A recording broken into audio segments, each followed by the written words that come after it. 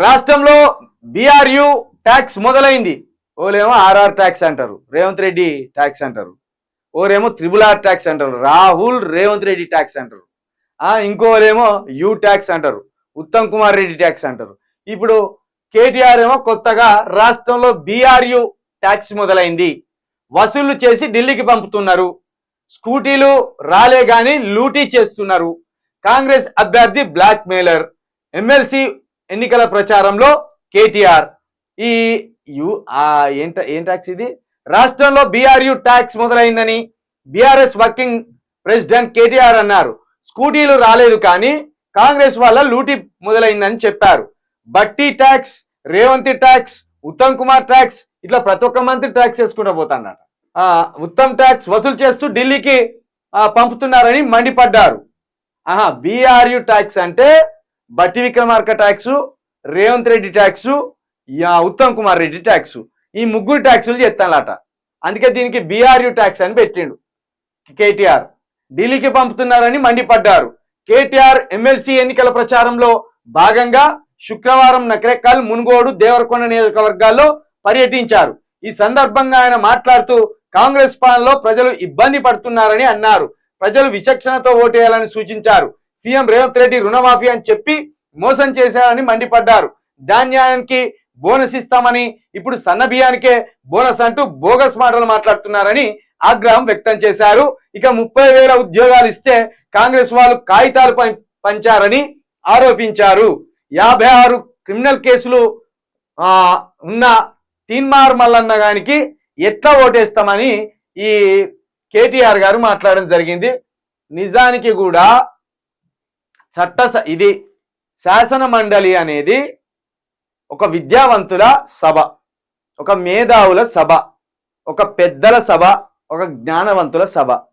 మరి ఆ జ్ఞానవంతుల సభకు యూట్యూబ్లో మొత్తుకొని ఇష్టానుసారంగా బూతులు మాట్లాడటం తీసుకుపోయి కూర్చోబెడదామా? పైగా బ్లాక్ మెయిలర్, పైగా అమ్మాయిల పట్ల లైంగికంగా ప్రలోభ పెట్టే మనిషి, పైగా కబ్జాలు చేస్తున్న మనిషి, బినామీల పేరు మీద ఆస్తులన్నీ పెట్టి నమ్మబలుకుతున్న మనిషి. ఎలాంటి మనిషి అంటే గతంలో ఎట్లా మాట్లాడినంటే మీకు ఆడియో వినబెడతా. ఏమంటాడంటే, గతంలో సేవ చేసేటోనికి పార్టీలు ఎందుకండి, సేవ చేసేటోనికి పార్టీలు ఎందుకండి, సేవ చేసేటోనికి పార్టీలు అవసరమా అండి? ఇక చూడండి. ప్రజాసేవ చేసుకోవడానికి పార్టీ మళ్ళీనండి. ప్రజాసేవ చేసుకోవడానికి పార్టీ కారణం ఎందుకండి? నేను ఒకటి ఏమంటున్నా అంటే, ప్రజాసేవ చేసుకోవడానికి పార్టీ కారణం ఎందుకు? తీన్మార్ మల్లన్న ఇతర రాజకీయ పార్టీలతో కలిసి పనిచేయరు. మరి ఇప్పుడు చేస్తున్న బాడకాయ ఎవర్రా?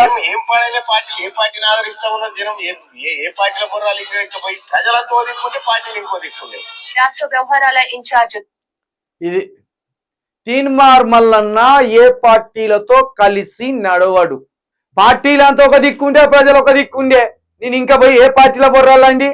పందివైనవా, కుక్కవైనవా, నక్కవైనవరా? ఏం మాట్లాడరా ఇవి? అప్పుడేం మాట్లాడినావు, ఇప్పుడేం మాట్లాడినావురా? బేకుగా సిగ్గుందారా నీ మాటలకు? నువ్వు నీ మాటలు నీకు కనీసం జ్ఞాపకం వచ్చి ఏమైనా ఇజ్జత అనిపిస్తుందా? మనిషివా గాడిదివా?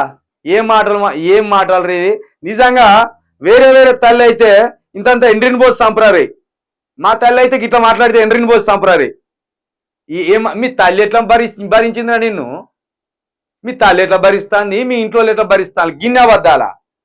ఇంట్లో తల్లిదండ్రులు అబద్ధాలు ఆడద్దు బిడ్డ అని చెప్తారు, ఏమన్నీ ముంచద్దు బిడ్డ అని చెప్తారు. మరి మీ తల్లిదండ్రులు ఏమో పో బిడ్డ ముంచుకరాపో, అబద్ధాలు మాట్లాడకరాపో అని పంపినట్టున్నది నిన్ను. ఏం మాటలు గిజ్జుడు రేవిని? ప్రజాసేవ చేసుకోవడానికి పార్టీ కారణం ఎందుకండి? ప్రజాసేవ చేసుకోవడానికి పార్టీ కారణం ఎందుకండి? అబ్బా, ప్రజాసేవ చేసుకోవడానికి పార్టీ కారణం ఎందుకండి?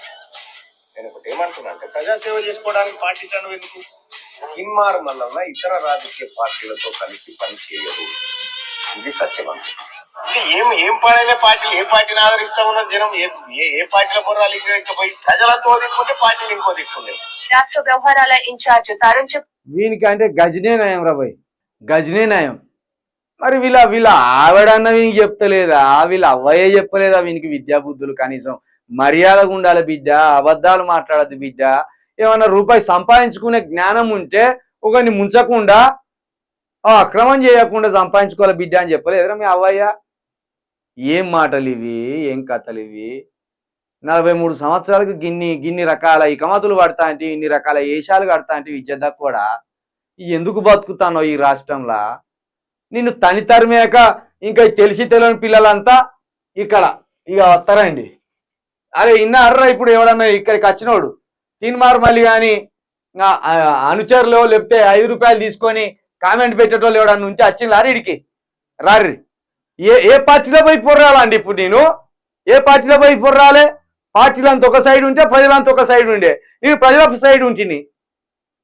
తీన్మారు మల్లన్న వేరే పార్టీలతో కలిసి నడవడు.